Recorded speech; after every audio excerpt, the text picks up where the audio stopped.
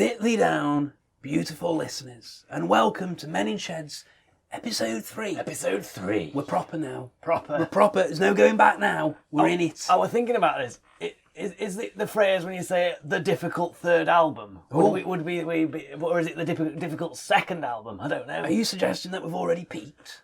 No, it's just, you got a difficult... People got expectations now we've done 2. Well, Hopefully low expectations. I hope they've lowered their expectations with Even every further. single episode they've watched. I really do. Well, we're going to race into this. Well, we're not going to mess about. We know our format and everything like that. We know what we're doing, they're not we're doing. Well, we're going to have a little bit blast from the past. Blast from past. I have a question to you. Is it a proposition? I don't know if it's a proposition or Don't not. proposition me, pal. On my travels, I pass a dealership quite regularly, and in that dealership they bring in some rather tidy cars for MOTs. It's quite good for that. And so, I regularly see these quite interesting old cars. Cause me to think. It's rare that happens. Yeah, but, And I'm going past the other day, and they've got a Capri laser. Okay, Oh, a laser. And it raised a question that's been in my head for far too long. Okay. And the full question is, are Capris cool yet, or are they still a bit too rapey? I think you might be right on the latter. I don't think they're cool yet, are they? Why are they not cool yet, though? They should be. They should. I mean, they're of an age. They're like, affordable coupe from like what first one? 70s, 80s, 70s. I think it was late 70s. Yeah, maybe. And if you look at like every other Ford product, they're all like 100 grand now for anything from 70s. Well, we'll consider this. At the time, you had in America had the Mustang, Aye, and Australia had the Falcon. true. Great Yeah, cars, yeah. big cars. Yeah. And then they said, well, here you go, Europe. Have a slightly smaller version. Have a slightly petite version. And I'll be honest, I find them, I want to like Capris more, Yeah, but every time I look at one, you can't. I just can't do it. And they Maybe don't. Maybe that's it. I've seen what people do. People try to give them that kind of American, that kind of look. And a lot of the time it doesn't work, and they're all over the place. But you've got like, they had like special editions, didn't they? Like Brooklyn's, and they did the X-Pack ones, didn't they, or something? Well, you had the 280 injection. That were basically, I mean, they called it the 280. That's because it had a 2.8 litre engine. That might be false advertising. Producing about 130 brake. And you had the Brooklyns. The Brooklyns had that wonderful colour, and it had the soft 7-spoke Ford wheels, which Ford brought back on Mondeo and were lovely and all that. And I've seen all sorts done with them. Aye. And you got the supercharged version, you got the hand speed version, and you got a Turbo Technics version. Crikey. You had all that, and you can still, and you can put the 24 valve Cosy V6 in them, yeah. and some people put the Rover V8 in them, and I'm sure somebody somewhere has probably put big, small block Ford in there, 302. Oh, aye. And I've seen them on mini lights. I've seen them with Revs, with blacked out lights. Yeah. I've seen all kinds of attempts at them, and they aren't cool, are they? No, you're right. I've not thought of it before, but they're all, like you say, they're at that age where they're over. If they were ever gonna be cool, I think they would have been. Well, maybe they. Is it our age? Would a younger person, a younger car fan, go, Capri? What are you talking about? Such a classic. I can't see that. I don't know. And part of me kind of thinks, well, maybe it's not cool because I want it to be cool. Because whenever you see one, you think middle-aged, overweight, balding man with his cowboy boots and brown leather jacket on, and I'm like, I am that guy. And anything I like. I mean, if I were to park a Capri outside a school, the authorities would be called. They would have. I would. You If see, I saw myself doing that's it. interesting because I don't see Capris like that. I see Capris like, the 18-year-old who can't buy like a Spitfire or an MG Midget because they're a bit poncy, so he has to buy like the GT6 Triumph because it's a 2 litre. Yeah. Or you buy a Capri. Or a Capri. That's the Or a two Capri. options. Like, Well, they are.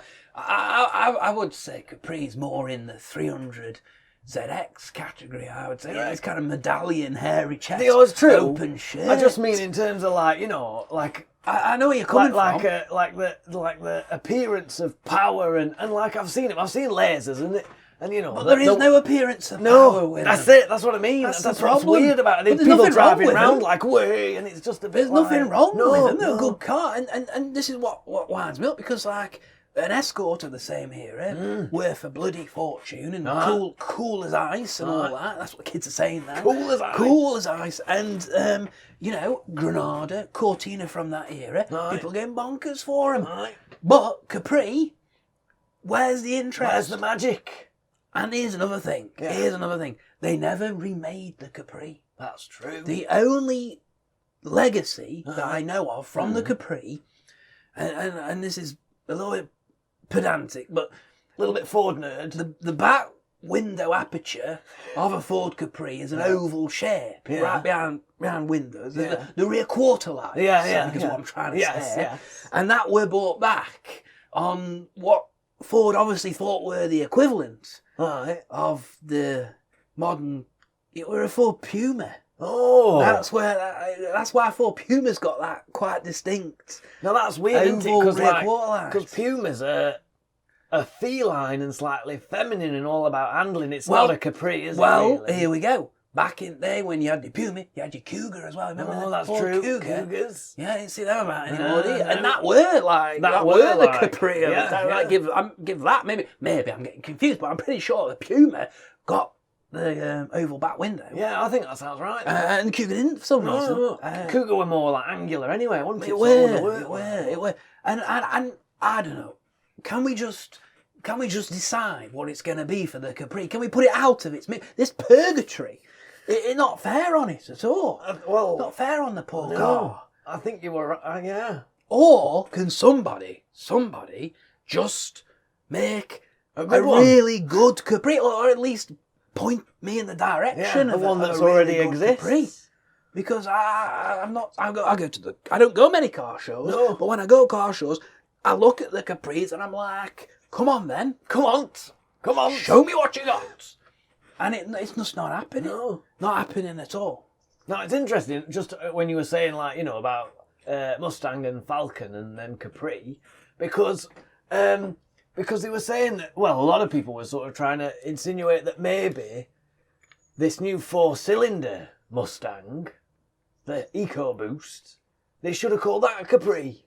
Well, They maybe should have even reclothed it slightly, you know, use same body basically, but like slightly different outer, that's a good point actually, because and made it a Capri. because I've watched that documentary on building the new Mustang. Ooh. I think it's called like Making a Better Horse or something like that.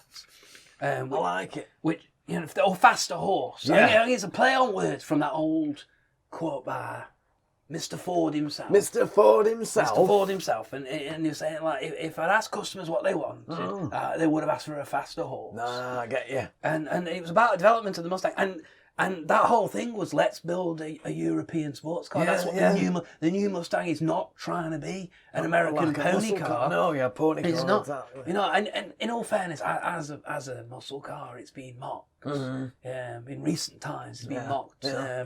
It can't do right and wrong, and Neither here nor there. Never here there, no. And well, they have. I think they're pretty much nailed it. Actually, Yeah. I have seen one driving about. Oh, huh? Made a good noise. But that whole 2-litre EcoBoost thing, I'm gonna come full circle on that. Go on then. I'm gonna come full circle on that. But I'll tell you this much: Ford have got a really good turbo V6 EcoBoost engine That's true. that can do. I think it's nearly 500 horse. Aye. A load of torque. Right. And well, I'm thinking that's going to pop in Mustang into Oh, I some like point. your Well, thinking. Well, they've got V6 over in America anyway, haven't they? But not EcoBoost. it will be the ultimate irony for the Mustang, you see, because what it will be is the V6 Mustang has always been V8 Mustang for the guys, Right.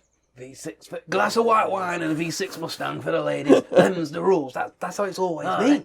So I'm thinking now, if Ford take their EcoBoost V6, and that's a standard tune. That's the Raptor one, isn't it? Well, I'm going to come back to that. Oh, sorry. Oh, spoiler alert. Spoiler alert. And if they put that in Mustang, then you're going to get like a proper tunable. That's going to be more like, in my opinion, a new Sierra Cosworth. Oh, aye. I know I always bang on about Sierra Cosworth. Gotta love a Cosy, that's why. I love them, and that's what it'll be like. It'll be a rear-wheel drive European sports car with a turbocharged engine that can be tuned. That's true, because I've heard that this 2-litre EcoBoost, there's not a lot of headroom in it, really. Well, there you go, you see. There you go. So it is all relying on something like a V6 to come along.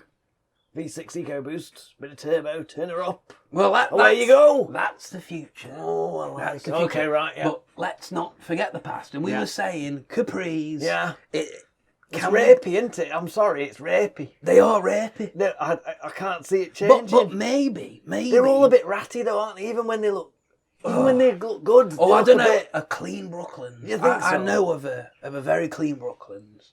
That does all the shows. I think it might be a Turbo Technics one. That's why I know about it. Oh, cool. And it's in the magazines, it's in the posters, and you know that colour straight as an arrow. That car is. And when you see a good one, but like you say, that's true. Maybe a vast majority. That's just seen vast majority of them. And they're a bit ropey, aren't they? They just don't ropey look and at them. rapey. And the laser were 2-litre.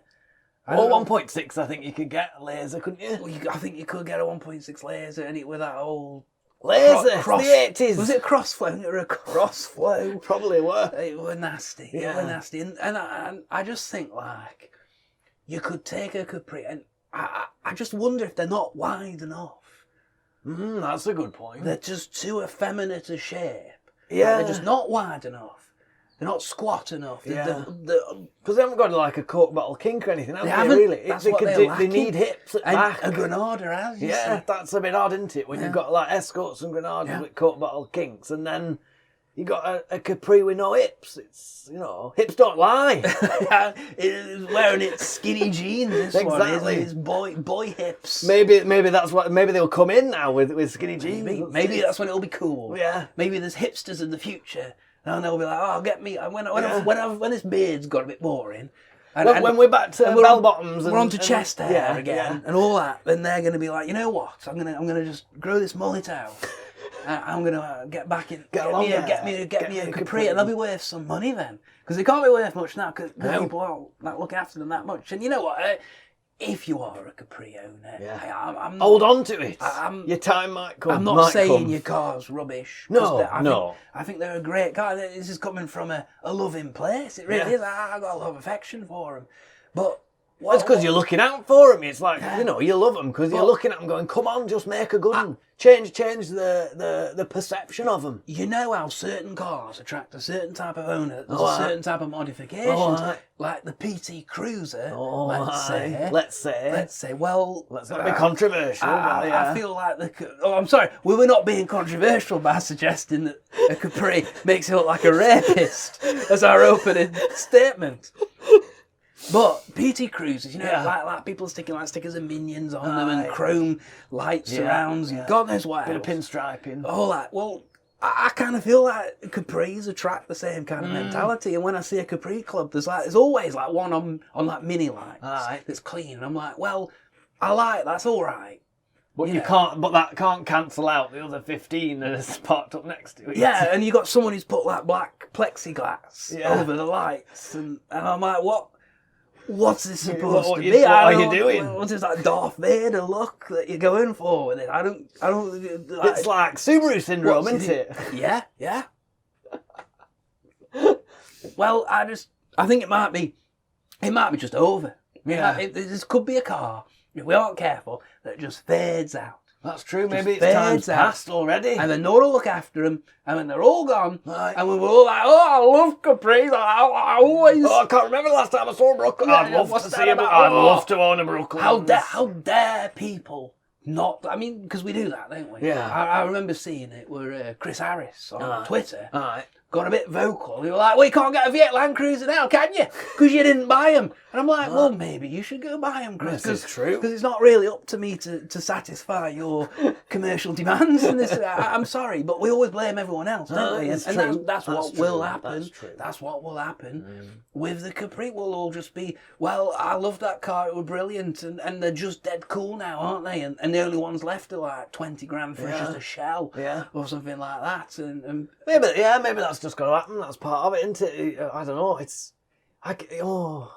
You sprung this one on me because I am. The more I think about it, the more I'm confused. Well, imagine how confused I am. I know, because I was going to say, like, you know, maybe in this kind of slightly aspirational world we live in now, a kind of blue collar hero coupe is not the done thing. But I mean, I haven't stopped Escorts and Granadas and Cortinas and everything. They're all blue collar and all, you know. Escort Mexico. Mantas, that's a good point. The GM equivalent there. See a nice clean Manta now and again, and it's lovely. Well, I know I mention Yono Jippe on every bloody episode. He gets around a bit, but he's just built one up, and it's cracking. It's cracking, and you know the style for a Manta because they rallied them. Yeah. So you just put your Compomotive wheels on, you put like the big air dam on them, you make them clean, put buckets in. It's fun. What did they do with Capri then? Maybe that's the problem. Is there no like pedigree for Capri? No pedigree for so it. So it's definitely a bit all show no, you know, fur coat no knickers kind of thing. You know, because the thing is, you got XR4i. Right. And the XR4i had the same 2.8 cologne in it. Right. You know, the Capri had the 3 litre Essex, which people said were too heavy. Right. And then it had the cologne, and people said, it's too heavy as well. And you know, a lot of people reckon that the 2 litres is the best to have. Yeah. Well, you're not going to race. The usual, You're not going to race that, are you? And the XR4i went out there. You had the XR4 Ti. I mean, obviously, well, look at me talking about Sierra Cosworth. It's all right. So blast it past. So I don't know of any racing heritage. No. So the thing is, it doesn't strike me. It doesn't hit me. So if there is any there, it's been kept that's it. It's been hidden under a bushel. It's light under a bushel, sort of thing. I think that maybe that's it. Maybe even though in the end, I mean, you don't necessarily buy your Escort Mexico or whatever, or your Cortina to go racing. It's that kind of, you know, race on Sunday, sell on Monday kind of thing, isn't it? Or win on Monday, win on Sunday, sell on Monday, something like that.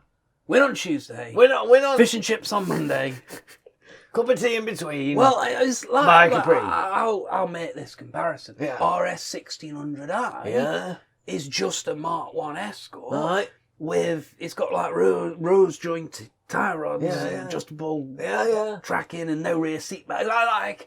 And that is like respected because you go racing and that's what it was for, wasn't it? I think that was a Capri. No, I think that's it. I think we're getting to crux of it now. We're a bit too much emphasis on like show and like, you know, and maybe that don't work when it's ultimately a blue collar sort of, you know, like a cheap coupe. Because is that what we're saying? Is that what we're saying? I don't know. It was not actually that good a car. Well, I think it were all right. I mean, maybe I haven't done more. I mean, I maybe like, you know, now looking back on it now, you know, you just like maybe Escorts and that kind of thing. Maybe you're just grateful that there's a front rear platform for hooning, you know. So maybe that's it. Maybe Capri's just like, I can have me. I don't know, maybe it's like, you know, like you'd say like Mustang, you know, big goofing engine up front and rear wheel drive and there you go. But maybe when you slim that down and make it, you know, like try and distill it, if you don't get it right, it's just, like you say, it's a bit too small, there's not enough, there's a bit of attitude, but not enough. Not enough.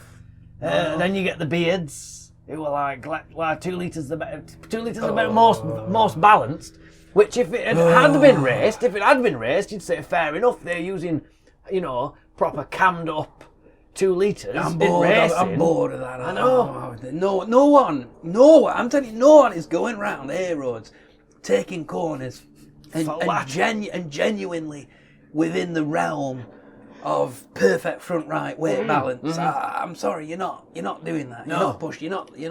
Stop it. Stop doing that. So to conclude our first segment. Yeah. Come on. Let's make a decision. But let's not be controversial and let's preface it by saying sorry Well, yeah. to all Capri owners. The way I'm going to say it is this. Okay. If you drive a Capri, you look like a rapist. But you're doing a good thing. Keeping them alive. Stick with it. Stick with it because you never know. Yeah. Maybe another 3, 5, 10 years, you could be the coolest guy around. If you make a top-notch Capri, you will not find us at the side of the road shouting rapist at you. We will be as pleased as punch. That's a promise. That's a promise. Let's have a brew.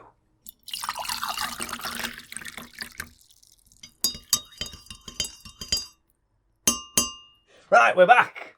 We are. We're back for the present. Brew done. That's the past. Covered.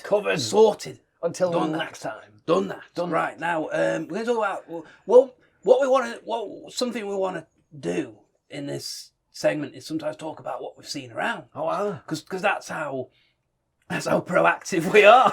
Just talk about what's right in front of our faces. Yeah. And we're going to talk about car spots and things that we've seen. But you have hit quite a hat trick.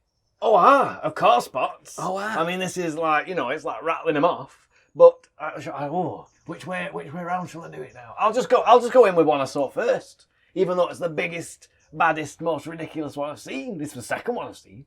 I saw on my travails over the past week a Bugatti Veyron trundling down one of, well, I wouldn't say Staffordshire Moorland's best dual carriageways, because that's, not so Moorland, is it? Not so. But yeah, not far from Staffordshire Moorland's, just trundling along, our amazed. They're slightly alien looking, it just catches your eye. You're like, what is that? Were it big? Did it look big on the road? It looked big. It looked big in a sort of, not as wide as I thought. It was just, I'm sure there aren't many Bugatti Veyron owners listening to this, but I do apologise if there is one. It's a bit amorphous blob, I'm afraid. It's like a sort of, like Flight of the Navigator. Good film. Cracking film. I've seen the Flight of the Navigator spaceship. Better spot that one. There you go. It was knackered. I've been done. I've seen it. But it was like overly blob shaped, wasn't it? If you'd sprayed that like a blue with maybe like a black middle, that were a Veyron. It's a bit like I've not seen one in flesh, I don't think. But it's a bit like domesticated. It's like white goods, and it's like the way the Audi R8 looks like a modern kitchen utensil. Yeah. Unfortunately, the Germans seem to be able to do that rather well, and unfortunately, the Veyron. Don't get me wrong; it had presents because it were on the other side of the carriageway, and I was like, "What is that?" But not necessarily as good a present as my next spot, which were in Moorland Air Roads, which were, I'm not sure which model it was because they've all got the same bloody numbers in them. Oh, wow. But a McLaren, one of the new McLarens, orange. Now that looked low and that looked very wide. That were like perfect. They're on a different level, aren't they, McLarens? They really are. It were like that were properly something out of space. That were it were like that's how it should be. Yeah, it should be. It like sort of came out of the fog, out of the mist, out of the dark, and it were bright orange, and I was like, bloody hell, what's that? And my third one looks more like a domestic product for a different room of the house. Yes, exactly. Perhaps a different drawer in the house. That one. And well, this was definitely one of the newer ones as well because it got that new face on it. Facelift. My third one, I told you this before we started, and I can't actually remember it. Can you remember it? No, I can't remember it either. But that's my top three. Well done. What an amazing third spot. How about that? Well, I'll ask you Go on now. I'll ask then. you this. While I think. I'll ask you this much. Did you see the drivers? No. Because I have a theory on this, don't I? And you know my theory on this. And that is, a car is only ever as cool as the person or the people in it. That's true. And it's this weird thing like a supercar never looks that cool when you got like two middle-aged guys sort slightly of wide-eyed and overexcited, peering out from the small aperture windows. That's true. Gurning away. It's not there. And it's like when you see a cabriolet BMW with, again, like four lads all sat in it. And you're like, now, I saw an R8. Well, it was seeing an R8 that taught me this. Yes. And an R8, you remember? I was going down dual carriageway and an R8 came past. I don't know why all supercars are allowed to just drive in outside lane as fast as they want. I don't get that. I want to be in on that, to be honest. They just He pays you money, that's what you get. Don't have to worry. But this R8 came past and he had got a fetching young friend. Young blonde lady. And all I saw was the hair and everything. And I was like, yeah. It's cool already. That's the advert, isn't it? That's the lifestyle. And I've seen an F40 driven by a girl before. No, I say girl, a young woman. Oh, well, yeah. And she had the Ferrari cap on. And that's like the saddest thing in the world, isn't it, driving a Ferrari cap on? But she pulled it off. I saw a young lady driving through stuck in Lancia Delta Integrale once with the red mud flaps. Very hard not to just propose there and then. You know, I were in a Cavalier at the time. She wouldn't have given me a second glance. Give me a second glance, no. So I do believe I have this ranking system. Yeah. I've got it written down. So I copied it down. I've written it down because you have to write this kind of like gold like that. You have like to write number 7. And it goes from basically a bunch of guys in a car to a sort of girl on her own, I think. Woman on her own. I should stop saying girl. I never too sure. I know that girl's a little condescending. You should say woman, but I don't think woman's a very nice word in this country. No. And you can't say gals. You can't say gals. Really. I'd say a girl. I think that's nice. I think it's, there's a. When I say girl, I mean like female. Yeah. That's like very wide ranging because.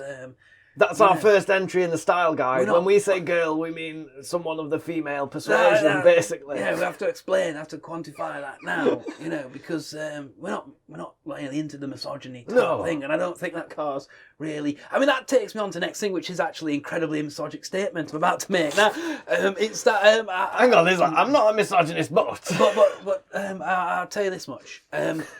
So, as I keep telling everyone, I walk past a Fiat dealership regularly, and this is where I don't get out often. Hang on, can I just say you can't have any Fiat product as you're spotted because it's a bit too easy, that one. Well, Fiat 500s have got eyelashes.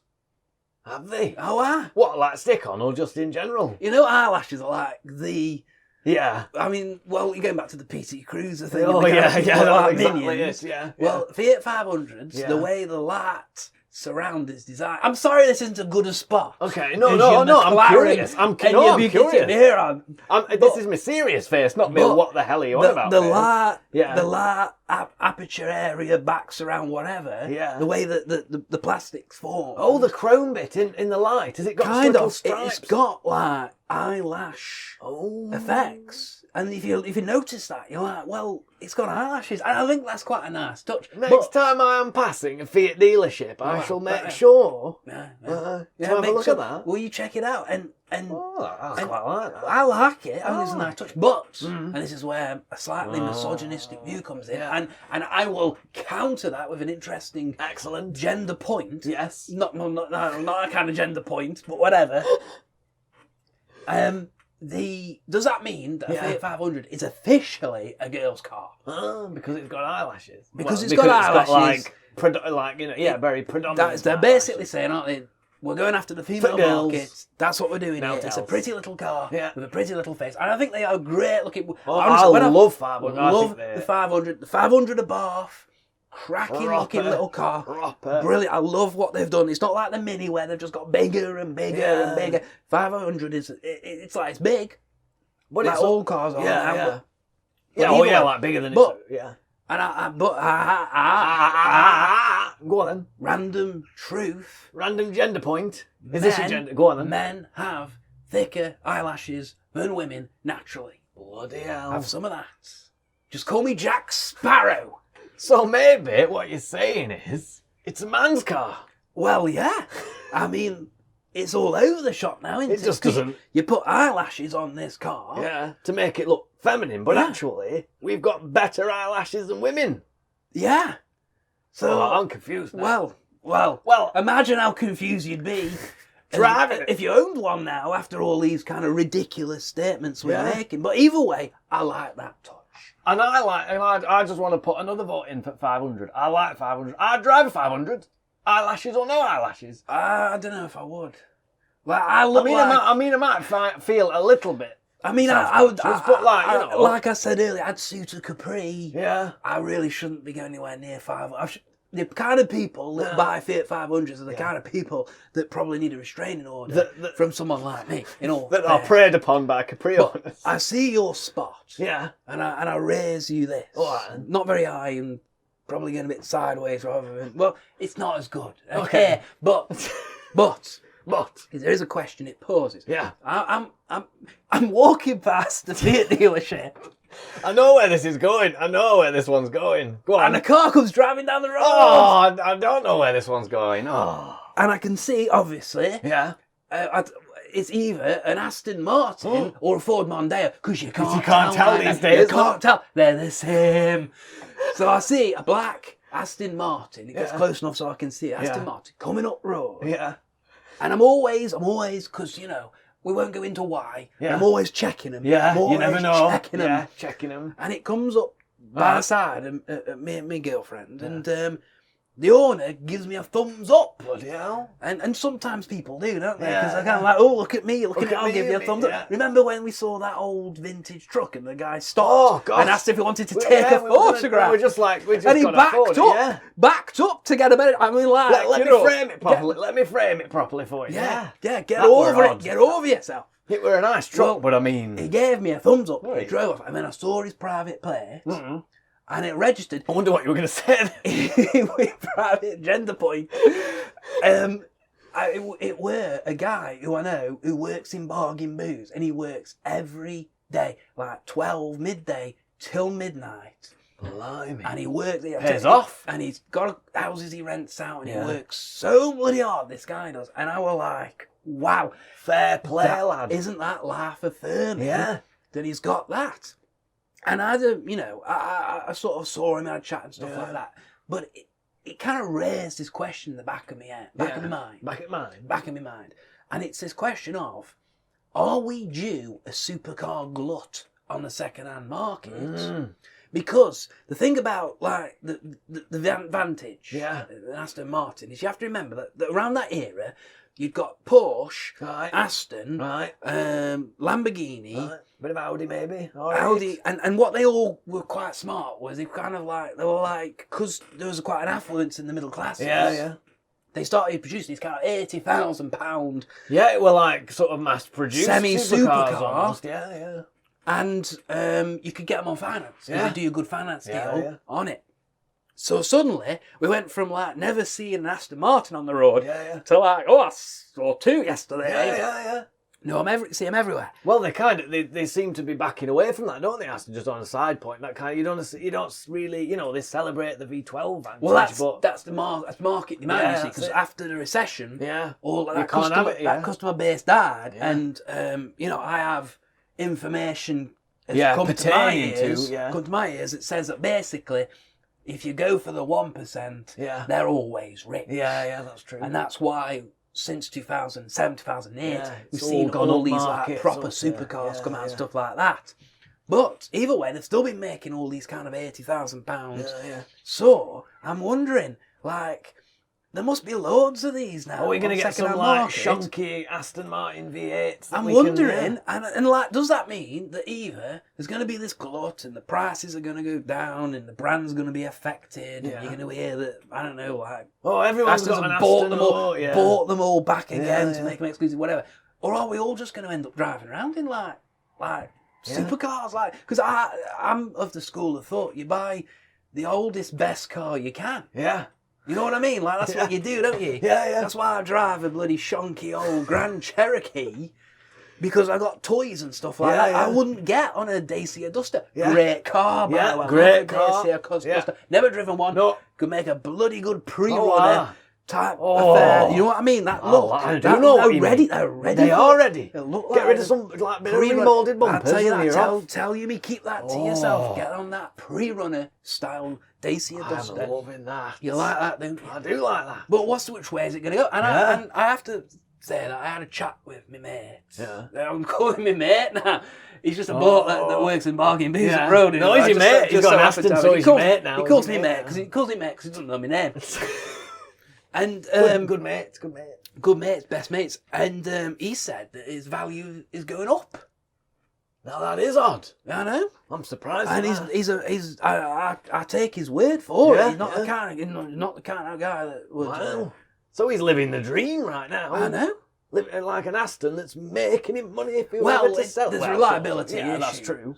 Yeah, it might, the rising value may just about offset the things that go wrong. On First said thing he Aston. told me Yeah. was like, I've had so many issues, electrical issues. But apparently he's got it all sorted now. He just needs some bits and bobs like that, and parts aren't cheap. I think that's the risk reward bit, aren't you? Like you say, I think we might hit a point where there are supercars everywhere, and they'll be cheap. But like we've said, if it were once an expensive car, even when it's cheap, it's an expensive car. Yeah. It's like you can buy £1,000 Lexus LS 400, but unfortunately, when things go wrong, they are not, £10 fix, £20 fix, because it were an expensive car when But it were. sometimes, like a car becomes popular enough, Yeah, that buoys up a sort of that's true. Like sort of second-hand parts market. I can fix all your general problems Like with your that Aston, happened with like TVR, Yeah. because TVRs got very popular and they were kind of very affordable. Yeah. And like you could go to lots of tuning places, Yeah. lots of specialists popped up. Yeah. Lotus, people like that. People pop up and work on it. That's Look true. at when Rover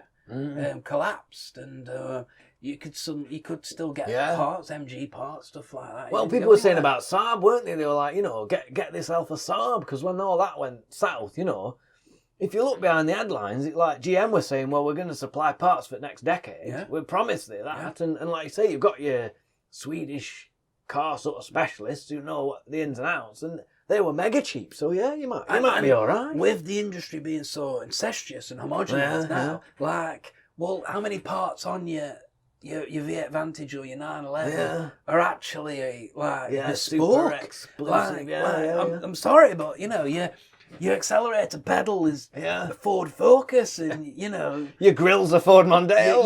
your grill is a Ford Mondeo.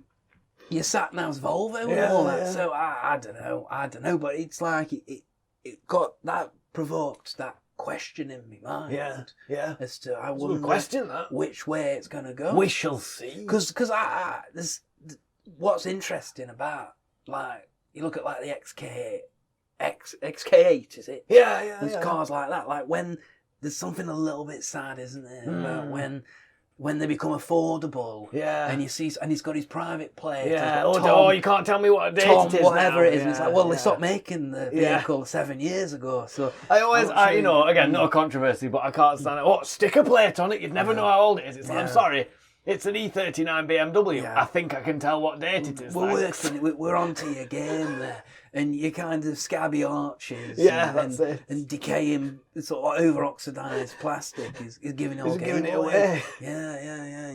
No Matt sticking facelift parts. No, on that's gonna it. Yeah. Tell us otherwise. So, well, I mean, it'll be interesting to see which way it goes. Yeah. really. I But like your thinking on that. that was my spot. I'm quite disappointed that you've not been able to remember your. I have remembered. Oh, go on, man. I just didn't want to interrupt you. You're on Oh. full 4. I remembered it. It were a fleeting glimpse at a I'd say like late 50s. Oh, I know now. I remember now. Proper American barge. Oh, It scooted past top of my drive. One of the ones like where you don't know what it even what mark it is. Yeah, Like, I don't know what it just got fins, and it was this Fins. gorgeous emerald green with white roof and chrome everywhere. I were dazzled by it, lad. I were dazzled. That's why I don't know what it was. I were dazzled. that were the point, wasn't it? That were the point. I mean, there was something else. Yeah. Where that whole space era. It We're were going to beautiful. space. Yeah, that's it. In this chunky old.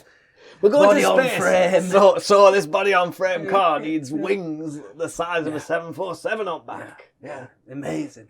Can I, because I've got a question now. Go on, man. And we may run over a little bit, but I think it's Go an on, important question to ask, right? And this is something that I saw recently on a forum. I won't name the forum because I don't think that's fair. No, I know what forum this is. Yeah, you know what forum. It's one of them. Oh. It's one of them things that I just have to. It's like, it's kind of. I don't know. I want to say like, well, you don't want to go there, but you just can't help it. Anyway, but it did raise an interesting point.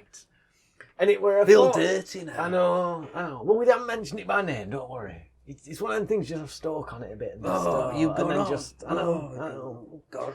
So anyway, we'll forget where I saw it. But basically, I saw a forum thread, and it was this guy who'd picked up We're talking about a forum that rhymes with. No, I don't want to say. No, don't say it. Don't I say want it. to say it. I don't want to say it. I want to say it. Go on then. No, I don't want to say it. Keeping it in suspense. Oh no. No, it were £1,000 chimney. Okay. And it were thread of the day. Oh, That might give it away. Well, that's it now. So it was thread of the day. That's It was how- highlighted as thread of the day. This guy bought this £1,000 chimney, and he was having a whale of a time with it. And I was very pleased to see Jimny get him, because the funny thing is, it's one of them forgotten cars. But then, whenever there's a thread about him, everyone comes out of the woodwork and says, "Oh, bloody good car! Love them." Don't hear a bad word about That's them. it. It's funny that.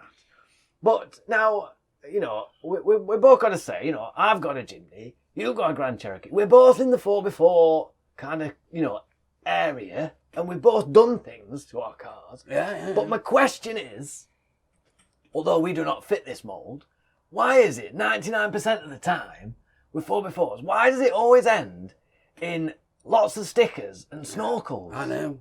And lights. And profusion of lights. Well, badly. I mean, I've in all seen lights fairness- like drilled straight into like top of the. Oh, As a question, Yeah. your answer's simple. okay. Because it's easy. Go on then. Because it's easy. That is the answer. Oh, 'cause it's easy. That's Oh, why. right. That's Not the answer's That's easy. why I got That is because on a 4x4, like doing proper 4x4 stuff with them is expensive and difficult. That's true. And time consuming. Yeah. And whatever.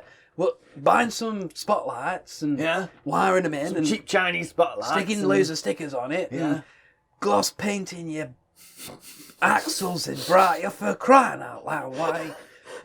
With your I'd one forgotten life about live them. it Whoa. sticker and your camouflage Yeah. trousers and a snorkel With it something now. with bold all-terrain tyres. Yeah. I just Why does it end like that? I mean, Why? I asked you. We were talking about this, weren't we? And like you said, that someone had commented very kindly. Lovely on man, your, lovely man. And we don't criticise the gentleman. He commented on your vehicle, He did. He was a very nice man. bearing in mind that yours has is it 2-inch lift, 3-inch lift, 2 and a bit.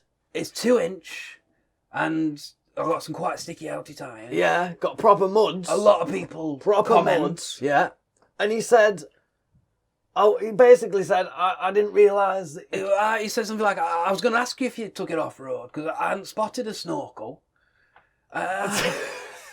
I mean, 2-inch lift, mud tyres, but it's the snorkel. I know. Snorkel and no diff breathers extensions, I know. or I know. And it was same with this chimney. It got a snorkel on it, and I was just thinking, but I love my chimney to bits, but if I got it that's deep in water, it'd probably float down bloody river. There's not enough of it. You know what I mean? It would. You're in trouble. You'd be floating away, and I just. Oh, I don't know. It sounds like blowing smoke up your own ass if you kind of saying, how good ours are because they're subtle. It's not. Well, is it? It's But like people have got to. If there's anything we can do Yeah. in this podcast and the millions Yeah. of beautiful listeners Yeah. that secretly listen in Yeah. using software which never registers on our hits and don't like us because they don't want other people to know about us. No. The silent majority. The silent millions. Massive, silent, tea-sipping majority. They Yeah. need to know Yeah. that a snorkel does not mean you go off-road. No. It actually half the time means you don't. Yeah, that's very true. And you just basically do sort of low-key security tasks at Yes. small events. you want to think you and go go off-road. fishing. Yeah. Yes. That's probably what you Yes. do. Because, you don't go, not many, I mean, there's always someone who plays in the water Yeah. that deep, but they always regret it. I mean, I just think, it comes back to me when I had my first chimney and you were like, let's go green laning. And I had some 3/4 worn sort of Chinese knockoff tyres, no lift, completely standard. And I spent most of the day in 2-wheel drive. And they were good lanes. They were good lanes. Oh, they're all right. I mean, I was surprised, actually, how well it did. And it just makes you, it's that capability thing, isn't it? They're a lot more capable as standard. And like you say, a little lift to get them, get the body out of the way, bigger tyres, get the diff out of the way. Basically, and you're there. It comes down to this. Yeah. You can tell, I've always had this theory, right? You can tell how fast a car is. Yeah. Or how you can tell how fast a car's driven Yeah. by the size of its brakes. Yes. Okay? I like It's that. the first place you look. You Yeah. see a car, Yeah. you look at its brakes, and you're like, okay, that's Yeah. designed I like to go. that. That actually Yeah, can yeah. go fast. A 4x4 is only as good as the tyres. Yes. It's as simple as that. Very That's the true. bit that touches the ground. Yeah. That's the bit that scrabbles That's its way your up. traction. And, basically when you see some of these, they're of a certain brand. Yeah. Let's say they all have stickers. Yes. Let's say One Life, Live It. And when you see one of those with all its snorkel and its lights and its bold all-terrain tyres, that's kind of like when you see a guy wearing like combat shorts and a pair of brogues. Yes. Really. You know what I mean? It's that inappropriate. It's that inappropriate. It's that unfashionable, ugly and inappropriate. Anyway, let's have another brew. Yeah, let's have a brew.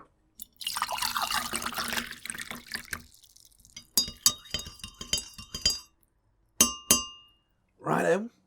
Let's have a little chat about the future. The future. The future. I have to admit, I don't follow car news that actively. Yeah. But this one, we're all over everything. Right. I got a lot. I'm on Reddit a lot. Really good place for car stuff, and this was just all over all the pickup forums. All right. Okay.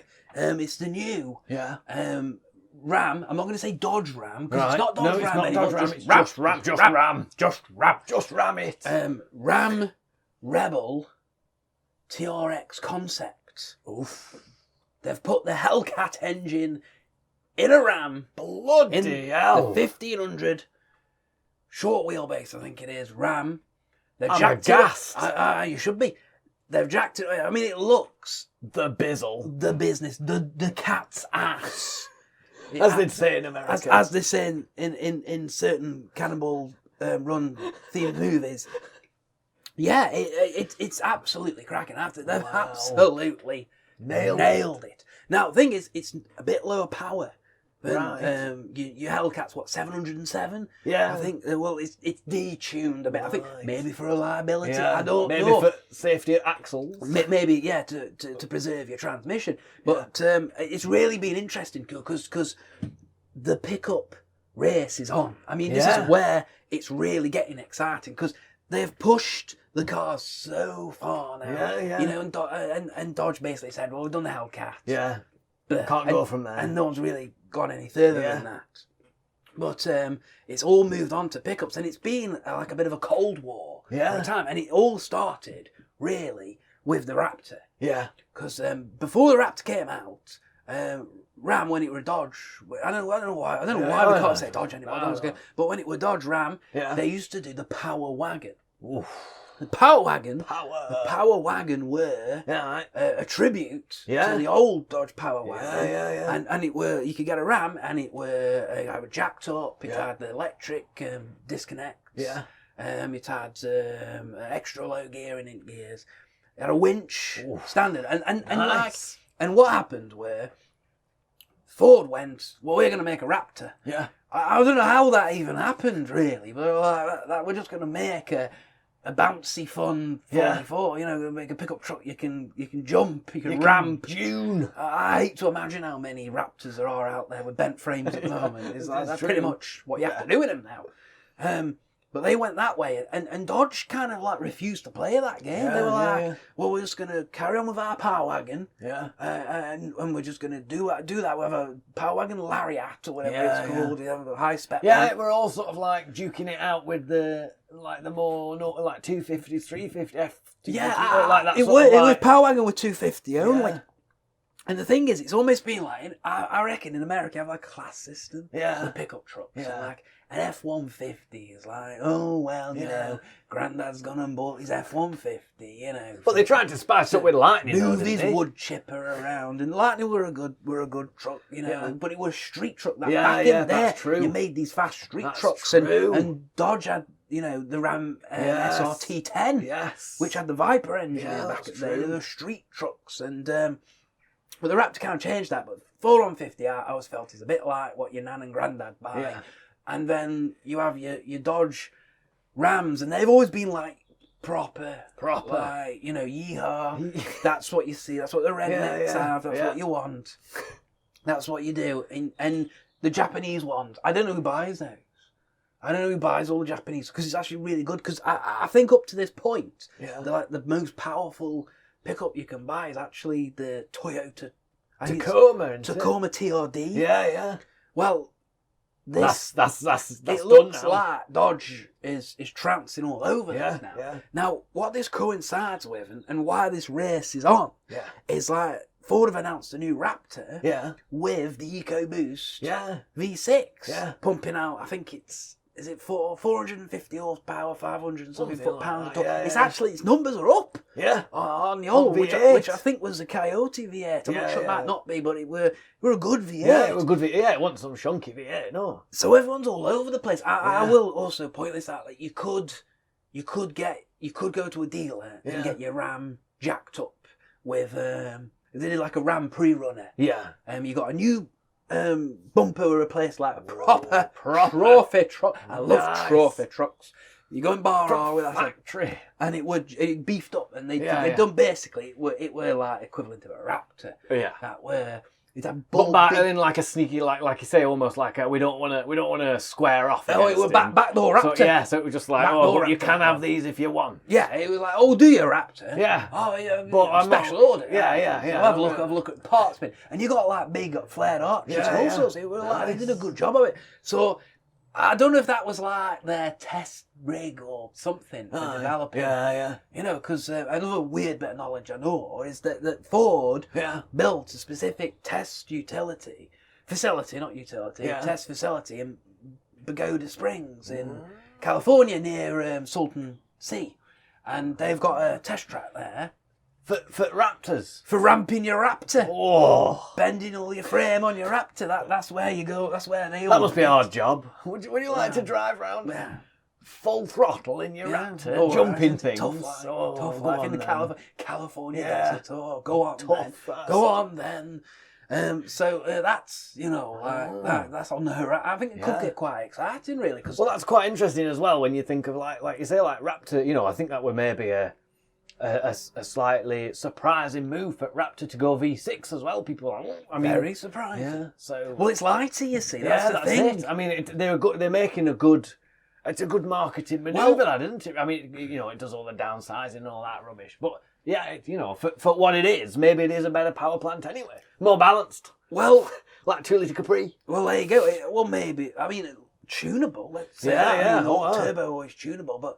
I mean, the Raptor, as much as it looks like a fast truck, it only does a quarter mile in about 15 seconds. It's not actually that fast. So it's all to play for right now, I reckon, with these kind of... I think they're all being a bit inspired by, is it BJ Baldwin? Yeah. Everyone wants to be Ken Block anymore. No. Want to be BJ Baldwin. That's it. It's like... Focus RS, it's all a bit, it's 5-door and it looks like your nan's standard 1.6 with a, Jim Carn, I got a bit bored. Can't be bothered. Let's go ramp. Let's go ramp them dunes. Let's just drive over someone's house. So... watch this space then. Well, yeah. And that's your prediction. That's my prediction. I think the battle lines have been drawn. Yeah. And it could get very interesting. Yeah. And I had a little glimpse of the future. Yeah. I was walking past Vape dealership. and approaching a Tesco Express. I won't go into full detail. And a car stopped to let me cross in front of it from car park. Yeah. And it were a Prius. And it was the first time I've had direct experience. I mean, I've been to Manhattan and all the... I don't know what's the little Ford Fusions, whatever they're called. Yeah. They're all electric now. But you can't... That doesn't make... New York's loud. Yeah. And to be honest, when you're blaring horn on a car constantly, you can't really tell if it's electric or not. But I had that kind of moment where this car crept up and stopped. And I was like, it's not making any engine noise. It were a bit weird. It were. I mean, I've heard, I swear we went that far long ago. I were in car park, just wandering through car park, and there were a Lexus hybrid coming out of the car park. It were weird. Yeah. You could just hear the crunch of the odd stones under it, and that little whine, that very imperceptible whine. They need to work on that. Yeah. Well, maybe in a Lexus that's all right, but I agree. When we're getting towards sporty cars, I want something that sounds like. I mean, I know it's cliche, but people say a bit of TIE Fighter noise, can't I? I want like a big radio controlled car. Yeah, you want a proper whine. Yeah. So, if you finished on your the future. I'll wrap You wrap that one up. I've got a slightly more. Well, it's not so much like a news item, but it's something like a question, discussion about something, and basically, if you're into cars, you probably will have heard at least something about the Porsche 911. This fancy stripped back 911. Is that the model? Are you actually saying Porsche 911R, or is that instinctively is that your reaction? 911R. The Porsche 911. Oh. Not far off. The Porsche 911. You may crying out loud. You may have already written the script there there for where we're going on that going? one. So the 911R, it's basically like Porsche trying to make all Porsches again. So they've gone like crazy. Oh, again. Yeah, again. Like every time. No. Like every time they release a 911, and they're like, this is more like a 911 than every other 911. It's like just like the old 911s, except with we're almost going to blaspheme. Like with quite a lot more dynamite in, and an engine moves slightly more into the middle of the car. But anyway, so a 911R is meant to be like a return, like almost like a modern reincarnation of the old Porsches that are Can't be half a million £1 now. Oh, so they're all million pounds. So it's like got magnesium roof and magnesium bonnet, and it only comes in manual, and it's got 4-litre engine from GT3 that revs to whatever. And don't get me wrong, it's a proper driver's car. It sounds like a proper driver's car. Howls and screams. They always are, aren't they? And you can hear all the, if you're inside, well, not that I've been inside, but I've watched videos, and you can hear all the rattly of all the stones coming up. There's no sound ending, all that sort of stuff. And and there has been a bloody lot of news about this car. Oh, right, I have to admit, I've missed it all. I think most people wish they would have missed it by now. You are doing all right. That rock that I live under is coming rather handy. Reddit is obviously not a Porsche fan. I don't subscribe to those. There you go then. So there's been a lot of noise about it, and a lot of bowing down to the almighty Porsche, and sort of like, it made a driver's car. So the same again. Yeah. But even more so. Same again. Like every year. Like stupid hype. Just like, it's amazing. Now, there's a slight problem. It's like £140,000 or something, or whatever. Oh, is that all? Probably. That's all. Going back and now, they've announced it, and obviously they've announced it's sold out. Now, all I'm asking is, all I'm saying, I'm wondering how you feel about this, is should we, not we, because we're not like motoring journalists, but should maybe society, but certainly should motoring journalists fall over themselves to congratulate a company on such an amazing car that not many people can afford, and in fact, no one can buy anyway. So it's this amazing driver's car that nobody can drive, and let's be honest, probably half of those cars will never be driven. They'll just be like, it's the ultimate 911, so we'll store it in a nitrogen-filled tube and hope that it increases in value like all the other fancy 911s. And maybe what I'm saying is, and now I know I'm going to quote these cars and you're going to be like, oh, what a surprise, the Japanese. But maybe all I'm saying is, wouldn't it be refreshing if rather than going absolutely ape over a car, an amazing driver's car that you can't buy, and all this hype and all this stuff. Oh, I know where you're going now. Wouldn't it be better to maybe... I'm already agreeing with where I think you're going. Give a bit of that hype to, and I'm not in the past been a huge fan of them, but the new Mazda MX-5, the Toyota GT86, the Fiat 124 Spider, which is basically a Mazda MX-5 new one, but cars that are, I can't afford one, but relatively affordable, and are still keeping alive that Mazda especially, fair play to them for basically 20 years later, making a car with same, with all the restrictions and regulations, managing to make a car that weighs the same, or, has the same brake horsepower to ton as original. I know, amazing. And I don't know why that's sort of a bit people are like, a bit meh, a bit, but plastic inside's rubbish. Yeah, it's easy for MX-5. Yeah, It's easy and for Mazda I to just do. don't understand why we shouldn't be celebrating a car that anyone can go out and buy, and gives you that rear-wheel drive that fun factor, rather than going, oh my god, this car you can't buy because it's 150 grand and you can't buy them anyway. It's so fun, you should try one. Not that you can. Look, this is sorry, that was a bit of a rant. You just sit down, lad. And you just sip on your tea and calm yourself down. Look, this happens. Yeah. Every time with Porsche. I know. Every time, and they do it because I know why they do it. I know. Because their cars are seen as soft. I know. That's why. I know. They're easy to drive, easy to live with, everyday cars. So what Porsche have to do every single bloody time they do anything with a 911, they have to keep harping on about how it's lighter than before. Well, but this one's slightly different, you see, because now they're saying, like, right, well, you can have your GT3 RS, and I think they still make the GT2, I don't know. It's all about track and, sticky tyres, and, you can, shave 1,000ths off your Nürburgring time in one of these.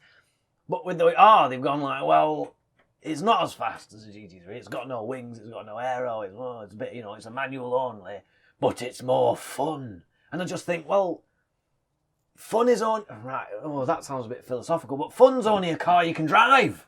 Yeah. Fun is not a car that you can't buy and can't drive. Well, yeah, I mean, it's a play toy. Yeah. For a lot of people are going to stick it in their toy box. Yeah, exactly. At the end of the day. And quite frankly, But I don't blame Porsche for making it. I'm maybe just a bit critical of people falling over themselves to celebrate a company that makes a car that nobody can drive. Well, I think a lot of this comes down to is if you like Porsches or if you like any kind of supercar, that immediately labels you as someone who's materialistic and ostentatious and some other very uncontroversially said there. Yeah, and there were no swear words. And I think that a lot of people have to now quantify their appreciation for a brand by saying, well, I like the proper driver one. Yeah. If I had one, I'd have the R.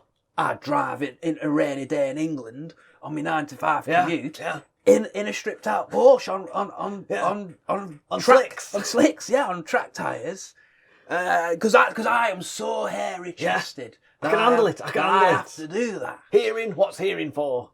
And that's what we get all the time. And you can safely say it with something like a Porsche. Yeah. Because, you can always say, well, there's only so fast you want to go and how much power you want to go. Yeah. And you can discredit MX-5, you can discredit the BRZ, you can discredit the 86 and say like, well, they haven't got enough power for me. A lot of people say that. That's a lot of people. Yeah. And I've built track cars and driven them on road, and by all means, take your 1.7 coupe Astra and strip all of the interior sound deadening out. Yeah. Replace it with bucket seats. Yeah. And stick some semi-slicks on there. Yeah. And see, that will be a barrel of laughs on a sunny day. Yeah. For about an hour. Yeah. And then live with it. Yeah. And pay 140 grand for it. Yeah, exactly. And see if you think it's that brilliant. Yeah. Because, well, I don't even want to dignify this with much of my time, quite frankly, because I'm so bored of Porsche cramming the fact that they make sports cars down our neck. Yeah. I mean, just how many... it's only a matter of time before... they do them in all these garish colours. I'm just waiting for one that actually lights up with LED lights, like one of these new sneakers does. Because that's where they're going with it. Yeah. So are you trying that hard to make everyone realise that your cars aren't soft every day 9 to 5 cars? That's what they're going to have to do. And, that's where the customer base is. That's where the fan base is. Yeah. Well, they could all get knotted, as far as I'm concerned. Oh, I'm glad you said that. Go and buy a bog standard Porsche 911 and just enjoy it for what it is, and be proud that you can afford a car like that, and don't feel the need that you have to make sure everyone thinks you're Vin Diesel from Fast and Furious. Yeah. All of a sudden. Take it to the Nürburgring every weekend. Stop overcompensating. Shall we finish? Is that what stop overcompensating? If you've got a Capri, stop overcompensating. If you've got a Jimny, stop overcompensating. Oh, I like it. If you've got a Fiat 500 with your cute little eyelashes, stop overcompensating. And if you've got a Porsche, Porsche, then, well, I don't know. I don't know. We've got no advice for you on that one, sorry. Good luck.